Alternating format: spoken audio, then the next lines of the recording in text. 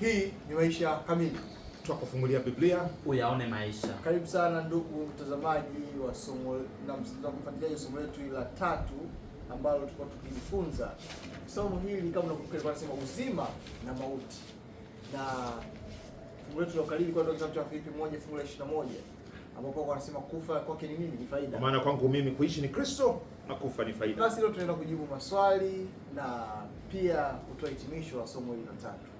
Kabla kwanza tupate ombi. Amen. Mungu wetu, Baba yetu mtakatifu, jina lako litukuzwe. Tunakushukuru kwa upendo wako na wema wako. Kwa namna unavyotufundisha, sifa na utukufu zikurudie milele zote. Tunakushukuru kwa ajili ya mfuatiliaji, na Baba mtie moyo anapokuwa na swali asione aibu au haya kwa ajili ya kuuliza, aulize. Mungu wetu, kaa nasi tunapoanza na umalize nasi katika jina la Yesu Kristo. Amen. Amina. Umoja katika roho, katika Yesu Kristo, Injili, katika hiyo imani, jambo ambalo Paulo alikuwa anaombea wa Filipi. Huo ndio uzoefu wao. Unawezaje huo kuwa uzoefu wetu leo? Nini kinachohitajika ili Roho Mtakatifu aweze kuleta umoja katika kanisa wa aina hiyo? Yani Roho Mtakatifu ndio anaweza kuleta umoja, lakini lazima anahitaji ushirikiano. Sasa tunawezaje kumpatia nafasi atutengenezee, atusaidie kuwa na umoja huu katika roho kwa na hiyo? Kuna mambo ambayo yanaunganisha kanisa au umoja. Kwanza tunasikia kwa kuulizana neno ambalo linaunganisha kanisa. Kwanza jiwe la pembeni ni Yesu Kristo. Jiwe la pembeni ni Yesu Kristo ndio msingi wenyewe. Lakini aliondoka alisema hata tuache hivi, atatuletea msaidizi ambaye ni nani? Ni Roho Mtakatifu.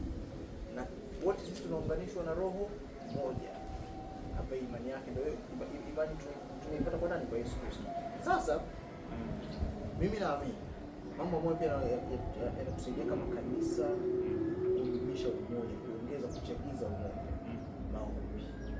Maombi, ushirika moja.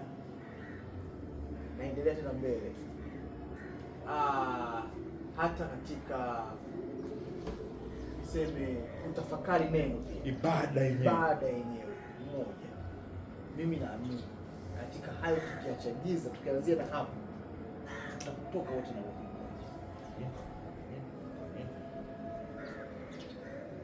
Ni habari ya unaenda kanisani, hubiri zima ni promotion. Yaani Kristo ambaye ndiye anatuunganisha, hakuna ni mchango unatakiwa utolewe au program fulani ifanikiwe. Sema hizi mbona tunaiacha center ile hapana. Yote hayo yana muhimu, lakini kila kitu kipewe nafasi yake. Msingi upate nafasi, ukae mahali pake, tofali likae mahali pake juu ya msingi. Umekaa vizuri eti. Nini kifanyika katika ibada? Kwa hiyo mahubiri, Kristo ainuliwe katika mahubiri na apewe nafasi. Sawa kabisa. Umezungumza mambo mazuri yanaweza kusaidia. Kuna kitu, una ushauri wote kuhusiana na kinachoweza kufanyika ili Roho Mtakatifu apate nafasi ya kutuletea umoja huu ambao tunajifunza? Okay.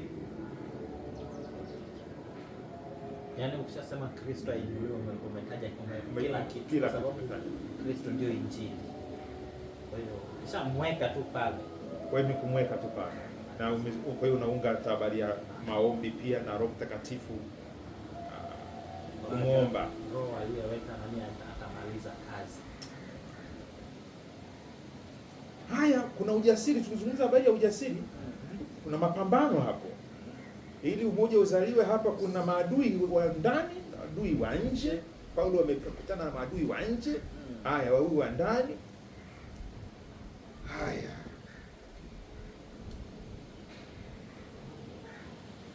ili wazo la kwamba tuko kwenye pambano kuu, tunaposhughulika na uadui wa namna hii, linakusaidiana je kuchukuliana na kuongezea ujasiri, au linakuacha mali gani unapotazama uadui wa Injili katika macho ya pambano kuu?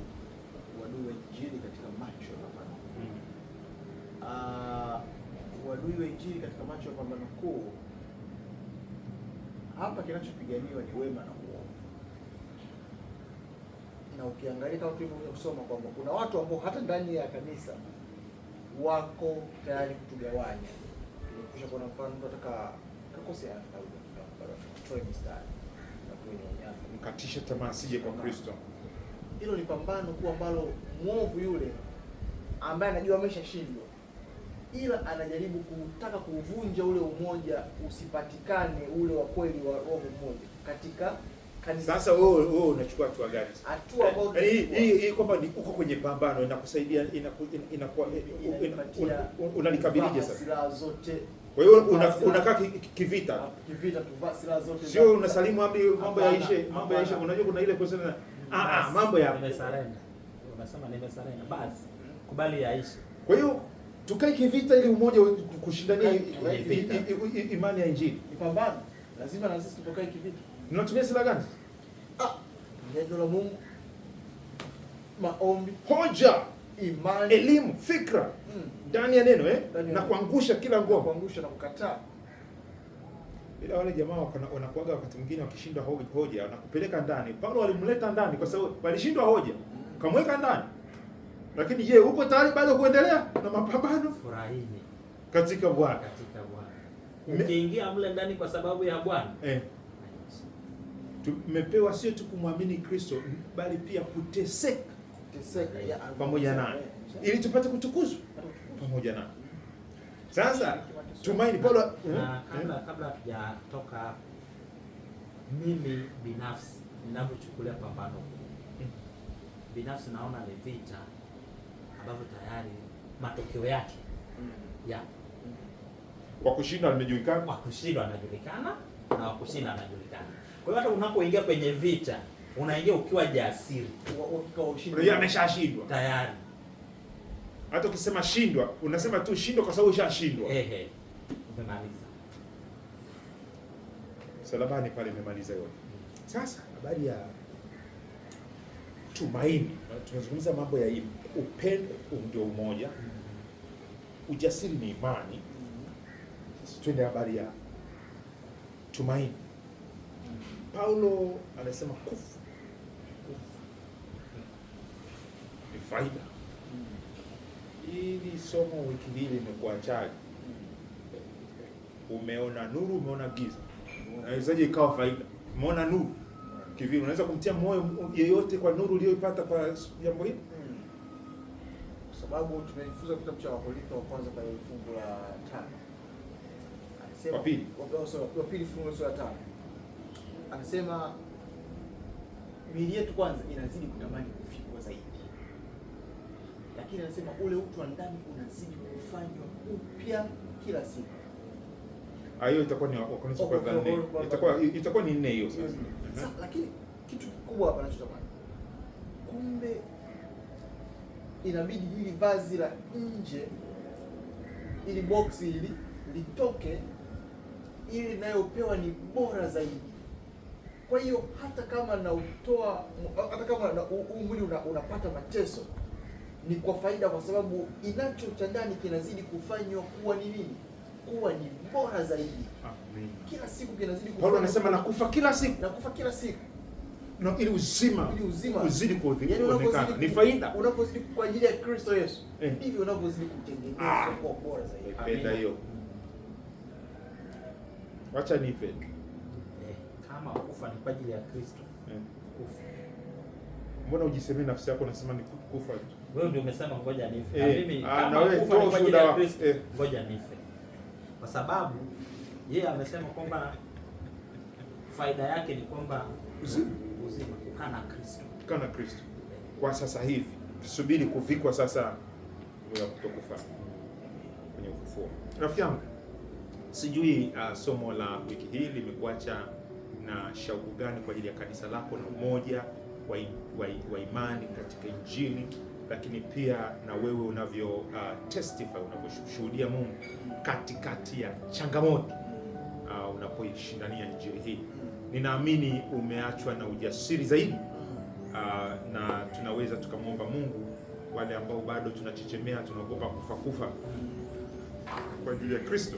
Tuombe basi ujasiri zaidi ili tuweze kushindania Injili. Baba yetu wa mbinguni, tunakushukuru kwa ajili ya masomo mazuri ya wiki hii. Kila siku umetusogeza, umetuongezea ujasiri wa kusimama pamoja na Kristo katika Injili. Neema yako inatosha. Tunamwomba mwenzetu ambaye naye amefuatana nasi katika masomo haya, ukamwongezee ujasiri mwingi, ukamwongezee upendo mwingi, ukamwongezee tumaini jingi, ili kazi ikafanyike, mwili wako wa Kristo ukajengwe na ushuhuda ukaenee. Hakika ulimtuma Yesu Kristo duniani kuokoa wenye dhambi. Jina lako litukuzwe kwa masomo mengine kama haya, utuandae tena, uturejeshe kwa jina la Yesu. Amina. Asante sana ndugu mtazamaji, tumefika tamati somo la 3. Nikija tuko somo la 4. Somo la 4. Somo la 4 tunaenda kuangalia swali linalosema umoja kwa njia ya upendo. Karibu sana. Nianza Enos Mwakalindile. Nami Geoffrey Mwangi. Karibu.